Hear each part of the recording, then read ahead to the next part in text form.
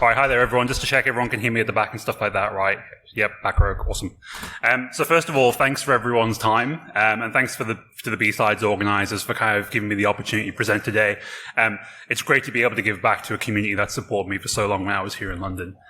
But Google has a pretty big security presence, right? And pretty much the entire security team is really focused on defending and protecting Google, Alphabet, all of our users, I imagine many of whom here might be users as well, from badness, right?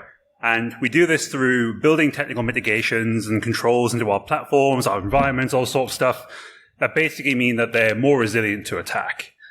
And part of this posture is building detections for when gaps are found in these controls, so we can kind of like cover our bases as best we can. But in detection, our priority is to defend against nation-state-backed attackers. And these are the groups of people who we think are probably most likely interested in taking a pop at us, right?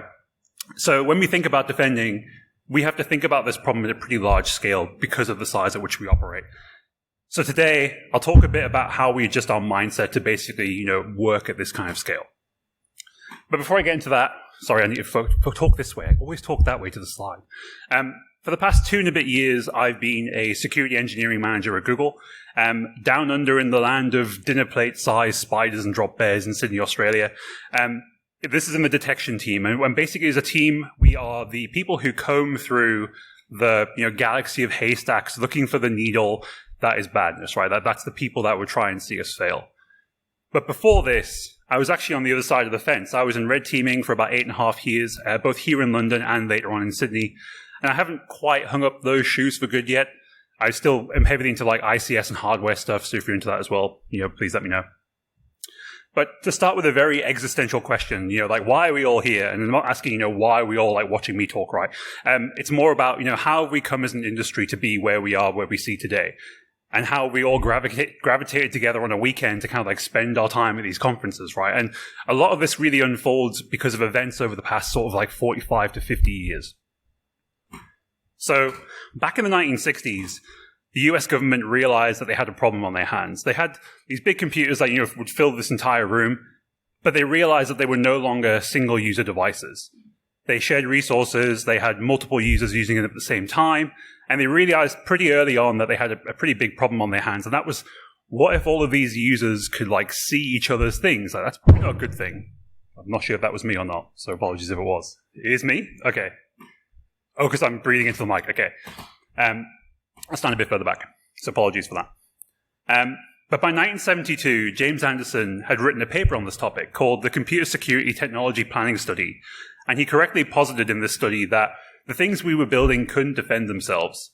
And James had a background in meteorology, which gave him a unique understanding of the interplay between systems, particularly as things might play out into the future when they become more connected over time.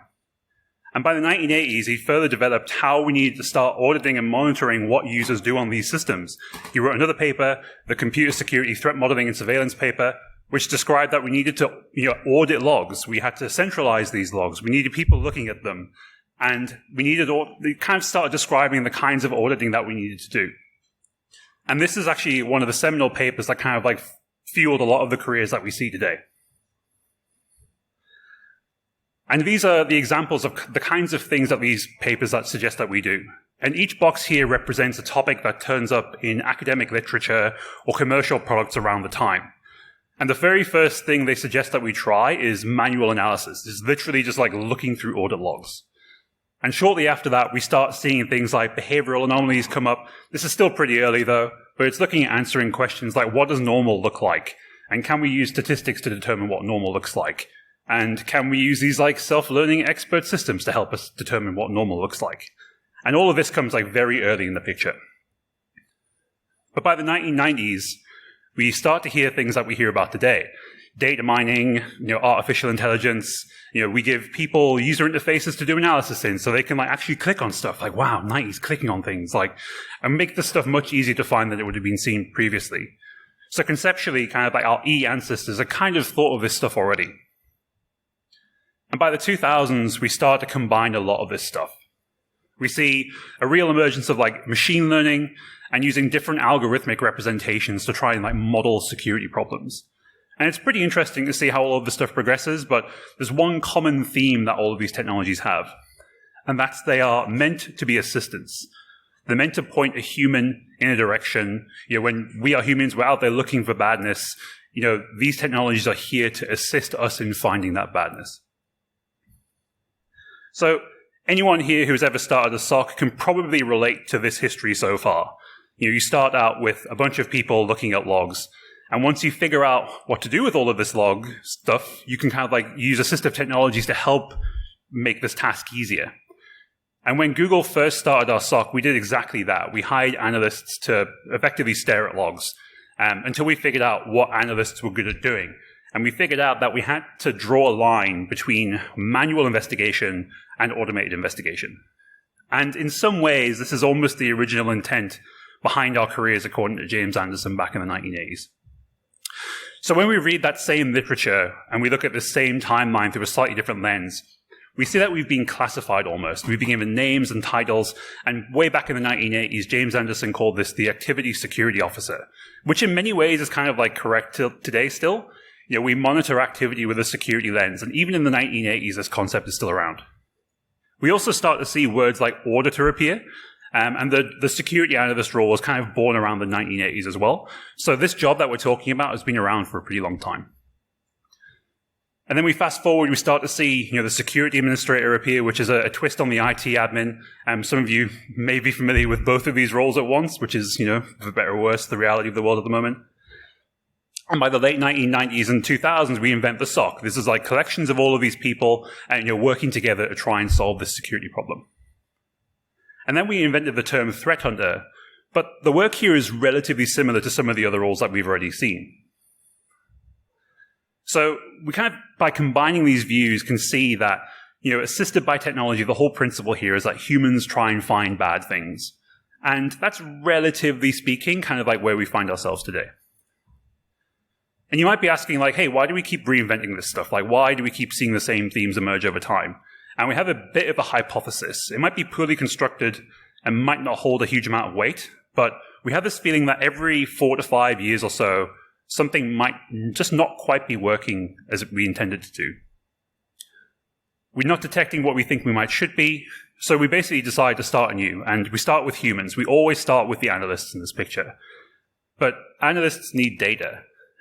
And it's really easy to give analysts too much data before you've figured out, we have a lot of data here. We have to do something with it. So then we naturally start to build tooling. We build assistants. But it turns out that this doesn't entirely work either, because we know that humans can do this better. So we kind of end up conceptually back where we started. We may have probably learned a few things along the way, but we pretty much end up where we began. And when we look at this cycle over time, and we look at the kinds of technology that have been available and the intelligent assistance that we've been giving people, it begins actually with something very simple. And back in the 1980s, James Anderson's advice was to print out the order records, create a case file, and hand it to an officer to kind of read the stuff and review it. And you can imagine that people doing this work probably didn't find it very rewarding, and it actually doesn't really work, because fatigue, toil, all of these kinds of human elements have an impact on the investigative quality of this kind of methodology. So what we do is we invent a new technology. We give them database-backed user interfaces. We have pages that can go off when rules fire, all this kind of stuff. And by the 2000s, we start getting more sophisticated. We were doing signature detection in SIEM, and then we put a SOC in place to look at all of this stuff 24/7. And now we have, threat hunting tools like SIEMs, data science, ML, and a whole bunch of other things, right? But every 5 years or so, we kind of go through this revolution of trying to improve the intelligent assistance that we're using.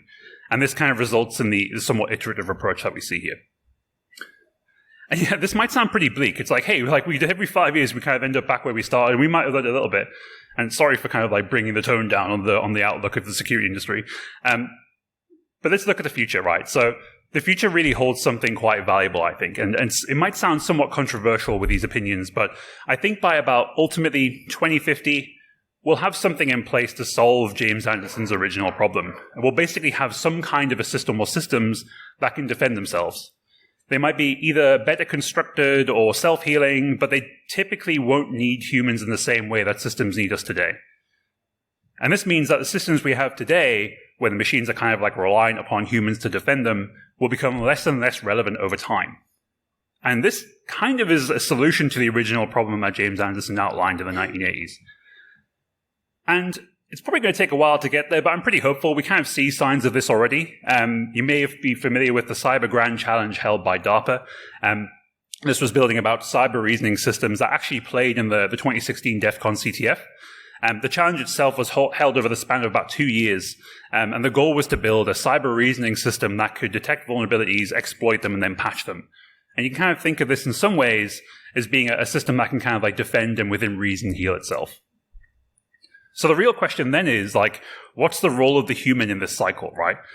Like, the real reason that we're all here, like the meaning behind all of the work that we're doing. And the reality is that once we build a system that can learn, we need to teach it pretty much everything that we know. We need to teach it things about like understanding how threats work, how to defend systems, how to identify an attack, what an attack looks like, how attackers work, how governments build teams to attack other systems, all of these kinds of fundamental principles. And all of that will play into how we teach the computers to kind of like defend themselves. And I think that's the real reason we're here, right? Like this kind of like educational like way of computing. But in the meantime, we still get to defend and we have to chase attackers too. So enough of the conceptual stuff, right? Let's talk about how we do things at Google. This is a high level view of our detection pipeline. Whenever a computer like does a thing, whatever that thing is, they generate a log for it. It might be big, it might be small, but it's logged. And logs are essential for debugging, but they're actually crucial to detection and response. And we consume huge volumes of log data every day. We store it for long periods of time in this big data store, which we replicate across multiple data centers. And then over this data, we run a number of detection systems on a very regular basis. And some of these detection systems are pretty simple, right? They use static rules, for example, looking for malware fingerprints or hashes. Some have more advanced models where they're using a bit of machine learning, statistical analysis, like anomaly detection, all this kind of stuff.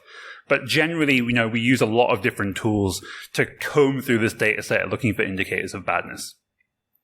We also test everything to make sure our systems are reliable and behave as we expect. Now, as a former pen tester, like my code was terrible, right?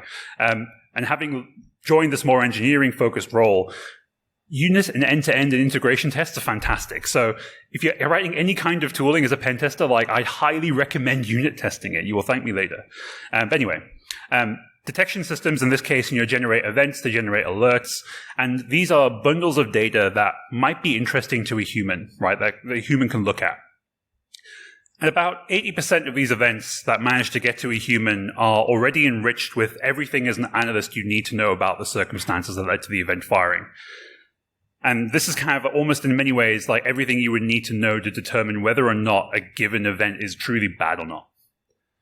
So to give you an example, imagine you have a binary execute on the fleet. And when I say fleet, I mean every device within Google's corporate network. And we have an antivirus program that notices, this execution take place. So we get the AV alert. We know that it executed. We will go and grab a copy of the binary and run it through, many, many binary analysis pipeline systems. You can think of VirusTotal as an example of one of those here. We'll also know like everything about the user, right? We'll know where the user was. We'll know how long the machine was there for. We know how they authenticated to the machine, all these bits and pieces. And all of this data gets grouped up and put in front of an analyst. And the idea is that they spend the minimal amount of toil doing this toilsome task, right? We want them to spend their time doing the things that humans are really good at. We don't want them to answer questions that we know are going to be useful. We solve that problem for them. And the idea is they can spend that time determining whether or not the system is actually compromised or not. And when we talk about machine learning, like this is actually where we want machines to help us today. We want them to assist the human in making a decision and to kind of try and help point us in the right direction. But we definitely don't do this alone. We have many, many partner teams that we work with, and organizationally, this is roughly how we're structured. For those of you in blue team roles, this might look somewhat similar. We have a team that does threat analysis. Some of you may have heard of TAG or the threat analysis group. They post some really great blog posts. I'd recommend checking them out if you haven't seen them yet. But these are the people who spend time learning about what different threat groups are into. Might be financial crime or spying on different countries. And this all informs our detection strategy. We also have a team that builds all of our security tooling. And these are basically huge projects that can store and analyze massive volumes of telemetry and alerting and all this kind of stuff. We then have the security surveillance team, which is where I sit, the detection team I mentioned before. And these are the humans that we were talking about earlier who see the output of our detection pipeline. And we actually borrowed a lot of this language from James Anderson, this idea of surveillance not just detection. And surveillance in this context is actively looking for bad stuff on the network, not just waiting for alerts to come to us. And in some ways, this is kind of like active defense, but this term is like very heavily overloaded nowadays. We also have a digital forensics team and an incident management team, and these are the folks kind of that handle doing deeper dives on things or the wider coordination of incidents when they do happen. And we also draw very clear boundaries of responsibility so that we understand, how many people in each of these teams we need to engage at a time. But in reality, a lot of this work is heavily cross-functional. We also work very closely with our internal red team, and their goal is not to find every single bug, but it's to find the gaps and the places where our detection systems may be lacking. And they often mimic, TTPs from real actors. They help us fine-tune our detection and test our response capabilities. And they really do keep us on their toes. In many ways, they're actually our most targeted threat actor that we regularly see. And we also regularly run combined red and blue team exercises where we kind of work together to better understand our posture. So, folks on the blue side go with red for a bit and vice versa. Because a key component of being a good attacker is understanding defenders and vice versa of understanding defenders being an attacker. But all these collaborative events, as you can imagine, are great learning exercises. But this is probably the most important thing that we've realized, that we should only ever hunt once. And this is somewhat analogous to only ever automating once. So when we dive into hunting, we have this kind of like thought process similar to the slide here. So the first thing we'll do is typically start with research, right? We'll try and understand something new. We'll understand the threat model, the TTPs, the behaviors, whatever it might be that we're basing our research on. So one of the things, for example, hypothetically might be, let's say we're trying to understand the difference between persistence mechanisms on Windows 10 and 11 and see whether or not an attacker is trying to do that stuff on the fleet. So the first thing we do is build a set of hypotheses. These are basically the questions we want to answer with the investigation that we undertake. And then what we do is we start hunting. We'll initially hunt manually through the log sources, all this data that we have, and then we kind of like have this iterative automation process, and we iterate on this process until the hunt works as we intended to, until we've also cleared the backlog of relevant events, until we can basically understand whether or not the fleet itself is compromised. And once we've done that and we're happy with where it is, we'll kind of refactor the code and we'll actually write like a true detector that will run indefinitely into the future. And this is where hunting is entirely automated at this point. And we'll also write unit tests for it, as I mentioned before. And the idea here being that you should never have signal rot. You should always know and be able to attest that your detection works in a way that you would expect it to work. And this cycle continues, but it basically means that we never hunt for something that we researched before more than once. And the only exception here is when we have to do it again in a new environment. So for those of you in companies where you might acquire another company, that company might have some legacy infrastructure or something, it could be anything. So redoing your hunts in this situation is actually a really good thing to do. And it can help you basically understand whether or not the infrastructure you're about to kind of like onboard is already compromised and pre-owned for all intents and purposes, or if it's kind of like relatively clean. And this model requires minimal setup and deployment, because as long as we have eyes in the right places, as long as we're ingesting the right log sources, all of our detection handles the rest of this. The entire detection pipeline kicks in and does the job for us, which lets us kind of like outscale the amount of stuff that we're looking at. So I've mentioned hunting a few times now, and we actually have three kinds of hunting grounds, I guess you can call them. One, of course, is like this big repository of stored raw data, which we hunt through with a SQL-like interface. And we can also take the data out of here and process it into other tools if necessary. And this is data like DNS logging, file monitoring, execution logs, user behavior. There's a lot of stuff that kind of like falls into this bucket. And all of these things stand in the historical record, right? And they're very, very good for manually hunting through. The second category, because our detection system generates so many alerts, we actually make a clear delineation between high confidence signaling and low confidence signaling. And we actually spend a lot of time looking through this like potentially noisy mess of low confidence signals. And this is actually where we see the creativity of analysts come into play. So those who might enjoy a particular detection domain that we know has been researched or developed at some point in the past, or will kind of like typically gravitate to this kind of a domain. And usually we have a few tricks up our sleeve to kind of like help sift through this data, but there's no right or wrong way of doing this. And that's kind of like a really important point. But threat modeling definitely helps reduce the ambiguity and the complexity of this kind of data set. And there's also natural variance here due to analyst creativity, and we actually kind of want this. We want to have diversity of thought and kind of approach here, because we know that an attacker or the set of attackers will be, doing exactly the same thing as what we want to do. And once you can find stuff in the noisy data, then you iterate on the existing detections to try and make them more accurate, try and make them of higher confidence. And then finally, we have the live fleet and an agent particularly called GER. This is probably one of the most powerful tools in our network. It's an agent-based system originally designed to do live forensics remotely. Historically, for example, in some countries, it was pretty challenging to get devices shipped to us to be able to image disks and stuff like this. But since deploying GER, we no longer have to, wait for these disks to be physically present with us. And we've had it on the fleet for a while, probably nearly a decade at this point, sorry. It's relatively stable. It runs on, Windows, Linux, Mac, all this sort of stuff. And we use it for all kinds of hunting and detection as well. I'll talk a bit more about it later on as well. But I mentioned the security surveillance team a few times, and this is effectively our attempt at making a fully automated SOC. So about 80% of everything that ends up in front of an analyst has been enriched with data of some kind. And we also have a large proportion of incidents that are handled by the pipeline, which are automatically resolved by machines today. And for example, if it's like a very mundane event, which is either routine or not really concerning, all of this stuff will be resolved automatically by the pipeline. We also split our time between basically two core sets of activities. 40% of our time is what we call tactical surveillance or operations. This is very task-driven. It's typically on a shift kind of model so that you can spend a series of time. Oh, that was really loud. Sorry about that. So you can spend a set amount of time kind of like doing this sort of stuff before you can take a bit of a rest. But this is kind of thing is like event triage, hunting in pre-processed data, fleet checks for new intelligence to see if it's actually been seen on the fleet or not. Things like that. And the other 40% of that time is spent looking at technology-specific projects. So Google has like a lot of technologies, as you can probably imagine, right? We have like Windows, Linux, Mac, Android, iOS, like cloud, like pretty much everything. So we divide the responsibilities for this 40% of time amongst the different platforms. And this allows us to become very specialized in a given field. And means that we can learn, or try to learn, everything that there is to know about, for example, Linux persistence or Mac persistence, and how all of these platforms kind of like work together. But we do treat all of these platforms more or less equally because we can't consider one to be more or less important than the other a lot of the time. And we know from experience that our adversaries do the same.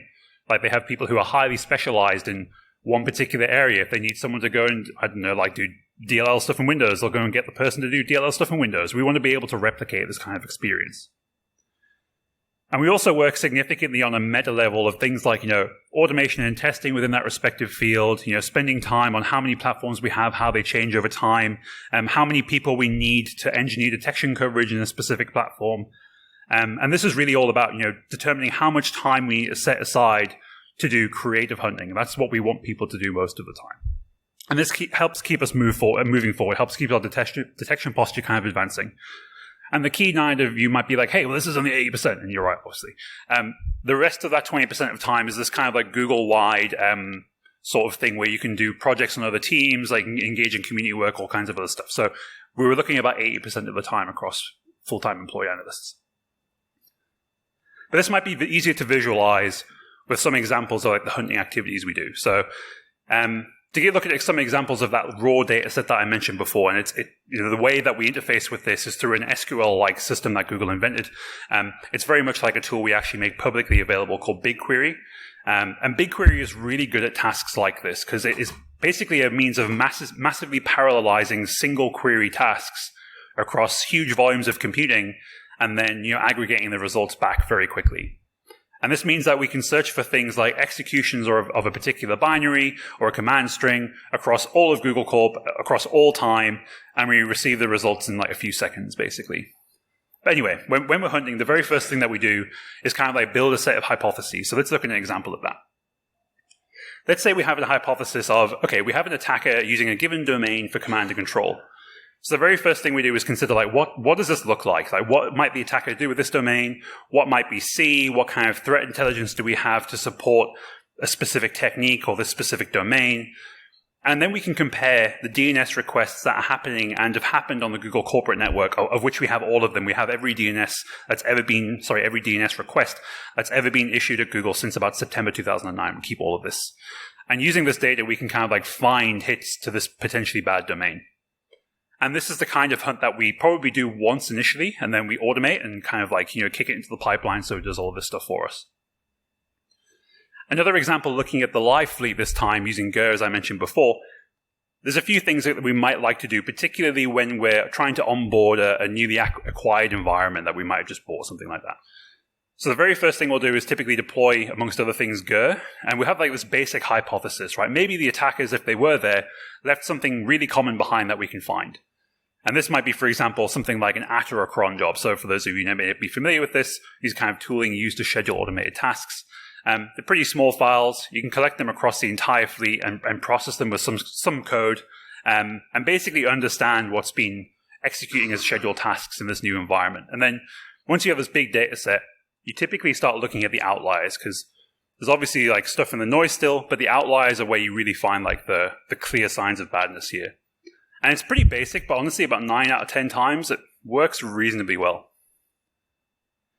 And another example you might see is like launch daemons on Mac. So this is where detections can become a bit more complicated. So launch daemons are scripts which automatically manage system processes on OS X, and attackers might use these to maintain persistence on a device. And generally, if we're looking at server infrastructure here for malicious software, like this kind of a search can actually work pretty well, because servers are like usually well maintained. You kind of like know exactly what should be running on them. They're typically, single or a limited purpose. But once you get to end user devices, this becomes significantly less clear. People will install just about anything on their laptops. And as a result, you can end up with way too many launch daemons to review manually. And a lot of the results aren't actually that interesting either. You might just find a lot of like adware, for example, which is, okay, you should do something about, but it's not like the APT group that we're looking for. But automation can help us out here too, as you can probably imagine. So, another way Google attempts to tackle this detection at scale problem is through a tool called DejaDis. For those of you who are fans of Resident Evil, I'm aware of what the logo looks like. Its name itself is a portmanteau of deja vu and disassembly. DejaDis is a system developed by TAG, Google's threat intelligence group, or the threat analysis group, and the Google Dynamics team, amongst others. It's designed to tackle a few of the really difficult problems when dealing with binary analysis at scale today. And part of this is that firstly we need to talk about reverse engineering. And reverse engineering is really hard and really expensive to apply. For example, like a single module of the Flame malware contains about 40,000 functions, and Flame's nearly a decade old now. So even if you could reverse engineer one function every 60 seconds, which isn't really realistic, the entire module will take about a month to understand. And there's obviously all the other modules as well you have to go through. So the learning curve here is like really steep. The knowledge even required to start reversing is pretty high. And so when we're talking about binary detection and binary analysis at scale, we have to kind of acknowledge that reverse engineering is a scalpel that we have to apply very judiciously. So anyway, what's DejaDis? So DejaDis is basically a similarity engine for functions and executables.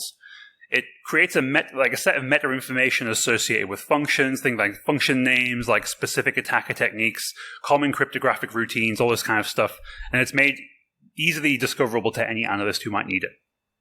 And it also learns new information every day. It can be used to find names and uses for functions, or label entire sets of executables just to determine, for example, if a particular set of functions is a common everyday part of OpenSSL, for example, that we don't need to investigate. And every binary that enters the Google binary analysis pipeline is also available and processed by DejaDis. So this basically provides us a constantly updated reference of how binaries are connected, how they relate to each other. And we can also approach DejaDis from another angle. So we can use DejaDis to quickly pivot on a single function in highly variant malware. So if we can find a particularly common function through disassembly, which we use judiciously, and give DejaDis a sample hash and a function offset, it will spread out and find all of the variants available in its data store over all time and label them as related known badness to the function that we're looking at. And then it will automatically find and label all future binaries that it sees for the same malware family that enters the pipeline at a future date. But it doesn't necessarily need this human step. Once it's actually seen enough kind of types of badness of a certain kind, it'll start formulating its own ideas about how binaries are connected and related together. If a new never-before-seen binary is linked to a bunch of existing known threat actor tooling via function similarity, for example, it'll automatically generate a new detection rule. And off the back of that, our pipeline can kind of see this rule and propagate it through all of the log data that we have to surface a new detection that didn't exist before. And all of this is really designed to save time effort, resources of the humans involved. Remember, humans are the key part of all of this. I don't have a huge amount of time to go into like war stories using DesiaDis, but I will leave with one, which is how it was able to attribute a sample of the now infamous WannaCry. So back in May 2017, the WannaCry malware was really hitting in full force via Eternal Blue exploitation of unpatched Windows systems worldwide. I imagine that many people in this room are very familiar with it, given the impact here. But one of the questions that actually, for those who aren't familiar, WannaCry is ransomware, right? It's like encrypts your stuff, demands payment for their safe return, in theory. But one of the questions that was asked very quickly was like, what's the origin of WannaCry? And for those of you who might be in threat intelligence, you might know that attribution is like really, really hard to get right. It's really expensive as well. It often requires a large knowledge base of like threat actor TTPs, time, patience to reverse engineer all of this stuff before you can come to a good conclusion. And even with that conclusion, it's difficult to be sure. But on the 15th of May 2017, Neil Mehta of Tag posted this kind of like somewhat cryptic tweet with the hashtag WannaCrypt attribution hashtag. So like, what did he mean with this tweet? He was actually posting the results from DesiaDis. So DesiaDis had analyzed WannaCry, and as well as malware from many, many other operations it had seen. And in its normal operation mode, it was able to find an 81% similarity between the functions shared in WannaCry with Cantopy, the backdoor malware that was linked in 2015 to the Lazarus Group, also known as North Korea. And following Neil's tweet, Kaspersky, Symantec, and a bunch of others went public to also state their opinions of strong links between WannaCry and North Korea. But the ability to quickly pivot on this information allows us to understand our adversaries quickly, and it means that we can also understand the motives behind the threats that we see daily. And another technology we use to try and tackle this detection at scale problem is the notion of state collection and state reconstruction across the fleet, Google's corporate infrastructure. And this is basically about being able to record the state of all of our machines at all points in time. And the kind of state information we're interested in is things like process executions, network flow, disk operations, all of this kind of stuff. And we want to record it in such a way that we can reconstruct for a point in time the state of the machine. And this process is most often seen in digital forensics and usually applied like ad hoc during these kinds of investigations. And it typically involves things like memory and disk acquisition. And in this case, it doesn't kind of lend itself to solving the detection problem, but it's still actually an incredibly valuable system because it kind of gives us the ability to understand in real time the state of the fleet, what's executing, who executed it, how they affect the network stack, for example, how they relate to each other. And so as a result, we built a system that can do this. The idea being that maintaining the state for our entire fleet in real time could be a solvable problem with the massive caveat of providing you have a modest amount of computing and memory spare. And we call this the shadow machine, but what we really mean is it's some kind of an abstract virtual machine. We actually borrowed some concepts from virtual machine introspection as part of this abstract VM architecture. And with VMI, guest applications run on a guest operating system. This generates events which are observed by a monitor layer, the host layer, for example. So first of all, we get input from the fleet. It comes from all of our platforms, from like a variety of detection agents. And some of these agents we write ourselves, but also some of these kind of like things we can ingest come from third-party tools as well. But for example, on OS X, we have a binary agent called Santa, and Santa is an open-source allow listing tool written by Google. If you're interested, we also open-source the allow listing management platform Upvote. And in Linux, we use things like Integrity Measurement Architecture, or IMA, which we get via Audit D. And so the system monitor receives all of these events as input. It starts pattern matching to determine if the input depends on the host state or not. And this is basically to try and decide whether or not to send the input to an abstract interpreter. And the abstract interpreter is responsible for modeling the effects of the input on the host state. And we kind of use this in things like, compiler optimization, program analysis as well. But in that case, we use them to understand the effects of the program without running it. Here, we're trying to do it with a machine. So yeah, we're trying to understand the effect of the event without rerunning the entire system. And in our monitor, the state could be considered almost as like a graph, where state changes are adding or deleting vertices on this graph. And we know all of the state changes and can play them forward and backwards as the state changes over time. And the abstract interpreters I mentioned before can freely call other abstract interpreters, so we can kind of like have this multi-layered kind of like stack of events in many ways. So the idea being, if a host change happens, the change or the state change is recorded, and the end result is this detailed state of a real machine that we can almost consider to be a shadow. And we can query this in real time using a query language invented specifically for this purpose. So while processing and recording state changes, we have the opportunity to evaluate them against a rule set. And this is probably the most important usage of this system for the detection team. So the idea being that with minimal code, we can describe a state change of interest. And this might be, for example, bash forking tools normally associated with reconnaissance, right? And a new detection is born. But we can put more constraints here too. So we could say that it matters that in this kind of like flow of things, there's also net flow in this execution. So for example, like bash might execute, it might fork Python, which then communicates over the network, and then that might fork to do some kind of like recon command or something like that. And this might even be an even higher priority signal than the one I mentioned before. So the graph on the slide here is an example extraction of a small section of the state fired from a detection rule written in this very system, where the rule is described in a few handfuls of lines of code, and it's designed to look for a recon activity congruent with someone who successfully gets a reverse shell. But there's one thing I didn't mention about this rule, and it's basically the fact that we don't have to define what a reverse shell looks like. We don't have to say like, oh, a reverse shell probably starts with someone running like Python -c import socket, whatever, or like bash is piping stuff around, and we didn't describe any of that. All we described is that if we see any new process execution that results in outbound net flow that forks a recon tool of some kind, like bin mount, for example, then that's of interest to us. And once we write this kind of a detection, then we can run it across the entire fleet of shadow machines for current and historical state information. And this basically means that we can find any machine that has previously exhibited this kind of behavior. And the result of this kind of search is actually very, very high fidelity. So to return kind of like fundamentally to an existential question, like what's coming next in this model? We've got some stuff like, what do we think is going to happen next? And I think the reality is like the more complexity we build into our systems, the more we need to understand and acknowledge that humans won't be able to defend them forever. The complexity is rapidly outexpanding what we are capable of people as doing. So as a result, kind of like building these self-defending systems using AI, ML, and all of this stuff might be the best path for us. But this takes, research, development, experimentation, proof metrics, testing, many, many other things. And it really isn't easy. I'm definitely not acknowledging that this is, an easy task. Like, oh, just going to do this, no problem. But it means in some ways that we actually are putting ourselves out of a job, right? But perhaps we'll move into kind of like new and more interesting roles of actually teaching machines how to do this themselves. But I mean, realistically, only time will tell here. So I've included a few resources on the slide for completeness here, and feel free to take photos of the slide if you want to, by the way. I'll pause for just a few seconds while we do that.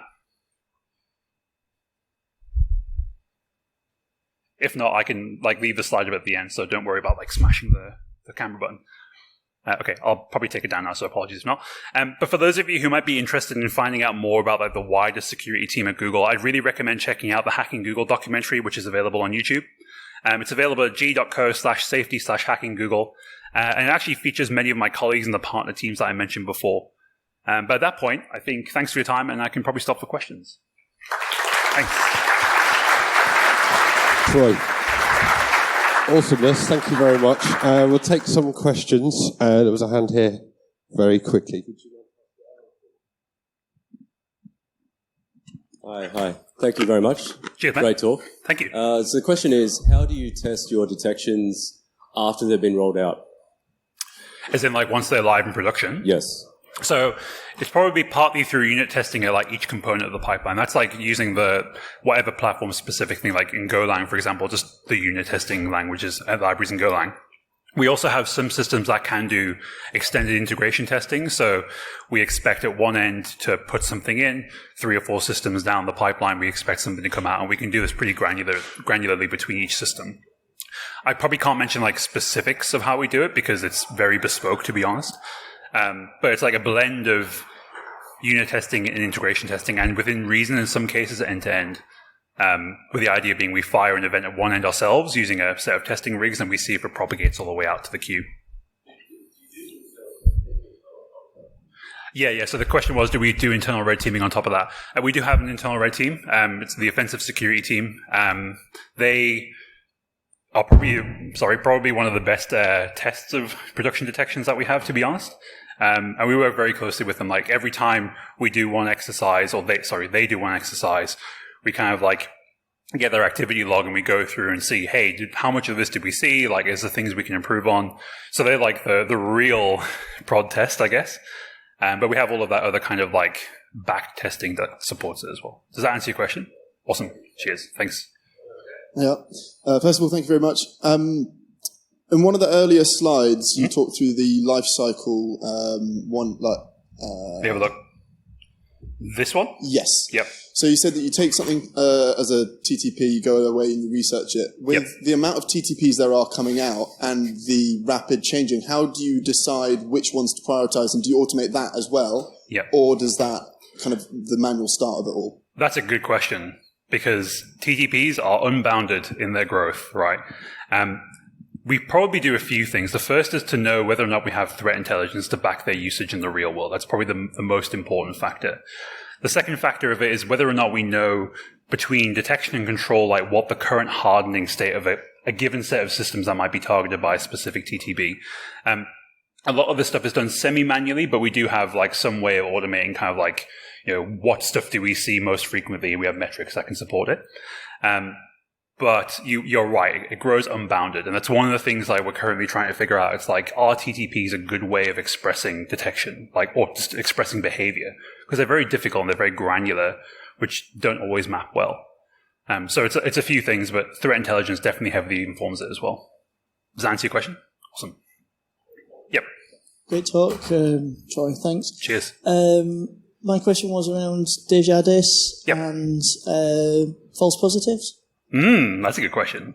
As with every kind of like granular system where it's like a number between 0 and 100, right? It's like, is 73 bad or is like 24 bad? Like, and defining that takes a lot of tuning, to be honest. Like in this case, this was actually kind of like manually determined to be correct before we went live with it. There is definitely a false positive rate in it. It's definitely not perfect, right? And typically what happens is if we see something where it's between thresholds of what we think is almost bad, we'll kind of like go back to a human and be like, hey, like we probably need to figure out a bit more accurately whether or not it's bad. But to be honest, some of the detections we have do actually utilize this, but only above a certain threshold when we know it's going to be bad or it's likely bad.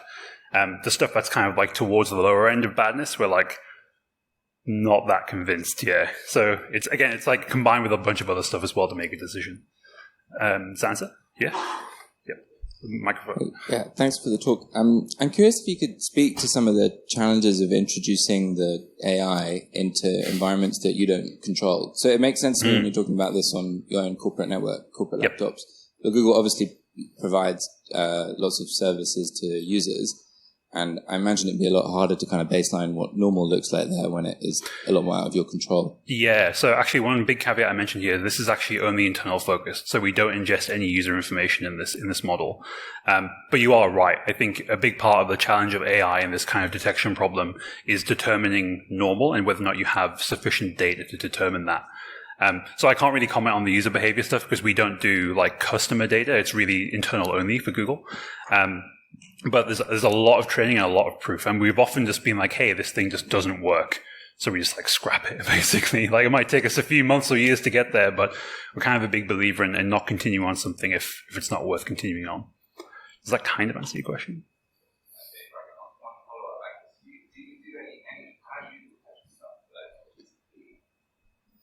That's a very long answer. We can talk about it outside if you want. Okay. Thanks for the talk. It was really interesting. With regards to the shadow machines that you're running, what level of granularity do you have in terms of being able to go back in the data? Are we talking like literally system level calls or just like process executed or something like that? Is it more akin to like something like symbolic execution or in terms of processes or something like that? Yeah, we do draw a line and only look at certain, like for example, in the syscall example of only certain syscalls of interest. And that's primarily because there's a lot of data that we can pull here. So we do have to make a call in terms of like what we're interested in. Typically like the syscall level is roughly where we, in terms of writing detections, we don't typically go lower than that in this particular engine, but we do have some lower stuff than that. But it really heavily depends on the platform upon which it comes. Because if it's not logged, we don't see it, right? That's kind of like the crux of it. So some platforms are more effective in this model, but typically like syscall is when we're writing detections, the lowest will typically go. Yep.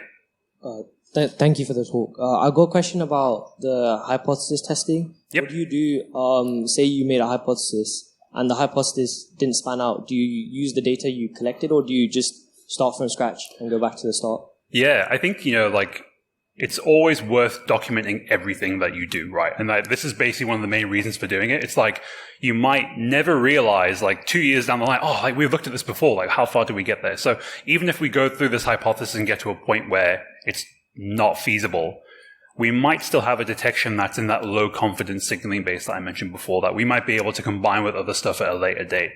But sometimes we do actually just see stuff where we might even leave it in that low confidence signaling bucket, and it might be so inaccurate that it's just worth turning off entirely. And that's pretty common as well, because when we combine all of this stuff, like, we can be reasonably sure about how it all plays together, but it's not until you actually run it in the real environment that you realize how good or bad something is.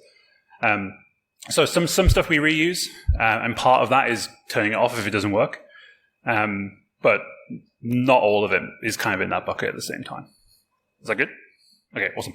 Just before I finish, if you have any other questions that you don't want to ask them in this forum, I'll be outside. So please just come to me and ask them. Wonderful. Troy, wonderful. Thanks very much again. One more time.